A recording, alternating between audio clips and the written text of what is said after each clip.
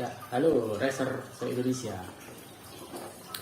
Hari ini saya akan mereview ini RC SNRC, yang mana dia adalah tipe R3G. Kita buka bersama.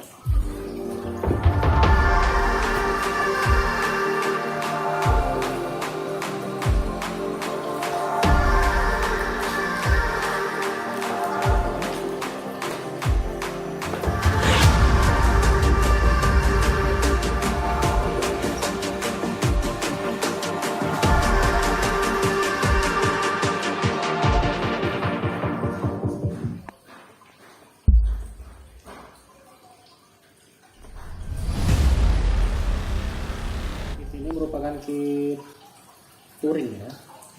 Jadi ini partnya, ini bumper depan. Ya, dalam paket pembeliannya sudah include dengan ban. Kemudian kita ulas satu persatu yang ada di dalam sini ya. Oke, kita mulai dari sasis. Sasis ini terbuat dari grafit ya, atau fiber, karena ini yang versi R3G. Ada juga R3C, yaitu yang terbuat dari karbon, dan ada juga yang R3 Pro yang merupakan versi Pro nya, lengkap sekali, upgrade partnya ya. Baiklah, untuk R3G ini sasis terbuat dari fiber. Kita lihat dulu dari sisi desain. Dia memang didesain untuk touring ya, atau RC on road. Kita lihat di sini ada lubang-lubangnya, sehingga kalau ini mau dibikin rally, kita buat RC rally, ini tidak cocok, tidak bisa, karena akan menyebabkan kotoran masuk di sini ya. Jadi saran saya tidak bisa untuk rally, apalagi rally tanah ya, yang off-road, karena kerikil tanah akan masuk ke sini, sangat berbahaya sekali.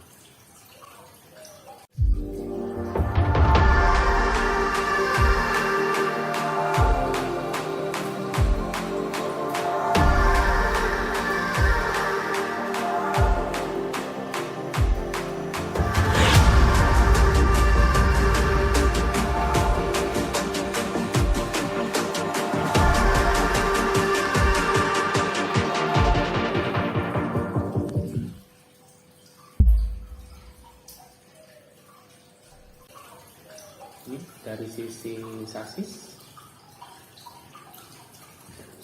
Kemudian kita cek di sini. Sistem penggerak jelas pakai belt ya. Jadi RC on road itu kan mayoritas memang pakai belt ya. Jarang yang pakai shaft, nggak ada mungkin.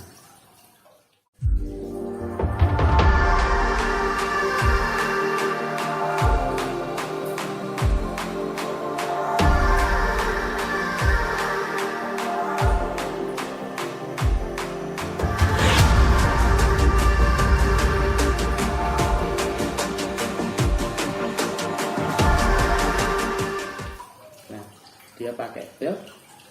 Kemudian keunggulan dari R3 ini adalah dia menggunakan mid motor ya, mid motor position. Jadi nanti motornya akan ada di sini.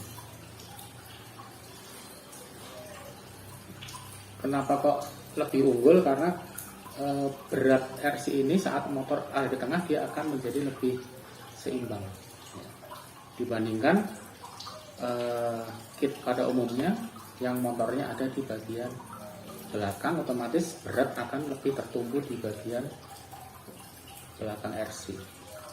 Nah, ini karena di tengah, penyebaran beratnya di titik 1, 2, 3, 4 akan lebih rata ya. Nanti karena motor di sini, ESC di sini, elektrik di sini semua, di kanan diimbangi dengan berat baterai, sehingga distribusi penyebaran beratnya akan rata di masing-masing rodanya. Oke.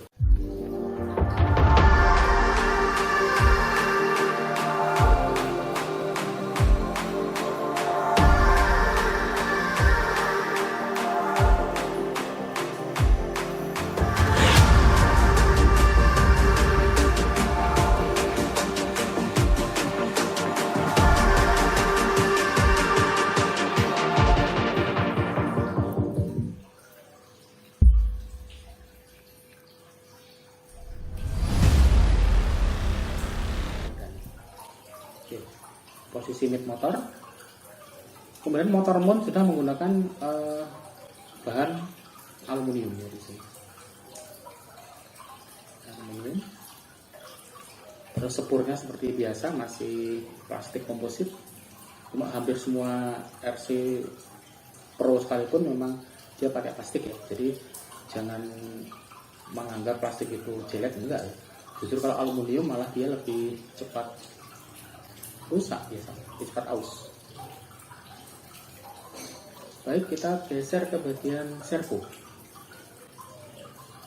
Nah, servo menggunakan bracket model floating ya, atau servo yang mengambang. Nah, di sini. Ini memiliki keunggulan. Bedanya apa sih? Kalau servo langsung nempel di sasis dengan menggunakan floating servo ya. Saat servo menempel di sasis, kita buat belok pada beban yang berat, sasis akan ikut gini nih. Ikut berat sasisnya. Tentunya dalam kecepatan yang tinggi dia akan mengganggu stabilitas RC itu sendiri. Nah, saat dia menggantung seperti ini, floating, sasis tidak akan ikut bergerak saat servo kita gerakkan. Nah, sehingga floating servo ini memiliki keunggulan dibanding servo yang nempel di sasis. Nah, jadi yang punya kit yang lain, kalau belum ada floatingnya, coba deh diganti floating servo, akan lebih unggul. Baik, kita geser ke bagian depan ya. Nah, di depan dia menggunakan tipe solid. Ya, jadi pakai solid gearnya, sedangkan kita ke belakang dia menggunakan diferensial. Nah, oke. Sekarang kalau ini mau dibuat rally, bisa nggak? Bisa, kalau dipakainya di rally tarmac ya. Jadi Anda main di tarmac, rally yang di semen itu ya, seperti di track. Nah, ini CRRC promosi. Bisa dibuat main di track CRRC. Hanya saja ada beberapa perubahan yang perlu dilakukan. Nanti kita bahas lebih lanjut. Ya, jadi penggeraknya, saya ulangin, gearnya depan solid, belakang diff. Oke, kemudian shocknya. Ini shocknya hole to hole 45 mili, sudah saya ukur, sangat pendek. Belakang sama 45 mili. Ini body post belakang. Body post depan nempel di bumper. Ya, kemudian ground clearance sangat rendah sekali ini. Mungkin sekitar 1 cm ya, belum sempat ukur ya. Terus bahan bawaan terbilang ya kalau untuk latihan lumayan lah, tapi kalau untuk kelas race nggak bisa ya, karena sangat gini. Peleknya aja empuk banget, empuk banget. Jadi harus diganti. Terus part yang lain masih menggunakan plastik ya, terutama pada steering ini. Masih steering. Tapi kalau mau di-upgrade part bisa. Di toko online sudah ada beberapa toko yang menyediakan partnya. Jadi bisa menghubungi teman saya yang di Surabaya itu. Oke, nah sekarang kalau mau dibuat rally tarmac ya, kita buat rally tarmac. Itu apa aja sih yang harus dirubah? Ya, yang pertama jelas teman-teman harus merubah bannya dulu. Ya. Sesuai dengan regulasi untuk rally tarmac maupun rally tanah itu bannya harus ban jenis radial, jadi bukan ban slip. Nah, saat dirubah ban radial otomatis ground clearance akan bertambah karena diameter ban jauh lebih besar ya, jadi dia akan lebih tinggi. Kemudian perubahan yang kedua, shock kita ganti yang panjang. Kalau shocknya panjang, dia akan lower armnya akan turun sehingga ground clearance akan naik ya. Nah, kalau kita ganti shocknya ini harus didukung dengan penggantian shock tower. Ya, shock tower diganti yang lebih tinggi, shock ganti lebih panjang sehingga dia akan naik. Kemudian selain mengganti shock tower dan shocknya, satu ban, satu ban, 2 shock tower, 3 shocknya sendiri. Berikutnya adalah ini. Untuk rally kalau depan masih menggunakan solid, kayaknya akan kesulitan untuk berbelok. Tapi beberapa racer bisa menggunakan solid, bisa. Ini opsional ya, jadi kembali kepada Anda suka solid atau suka diff. Cuma dari pengalaman kami, diff lebih enak dibuat belok. Tikungan lebih cepat saat belok dibanding dengan solid. Belakang sudah diff aman ya. Jadi untuk rally tidak banyak yang dirubah, tapi lumayan. Ban, shock tower, shock dan solid depan diganti dengan dirt diff. Oke, kemudian saya rasa ini juga cukup lumayan ya.